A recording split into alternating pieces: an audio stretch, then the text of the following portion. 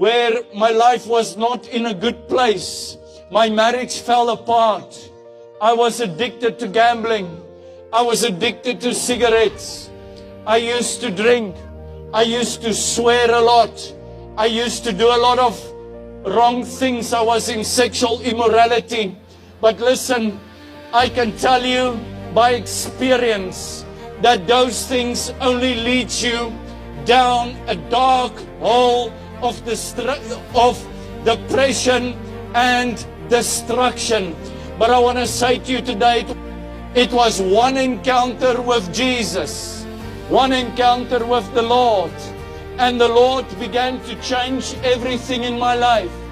God gives a promise in His Word, where He says in His Word that He will give us faithfully the former rain and the latter rain. He says in these last days He will pour out His Spirit on all flesh. I want you to hear me today.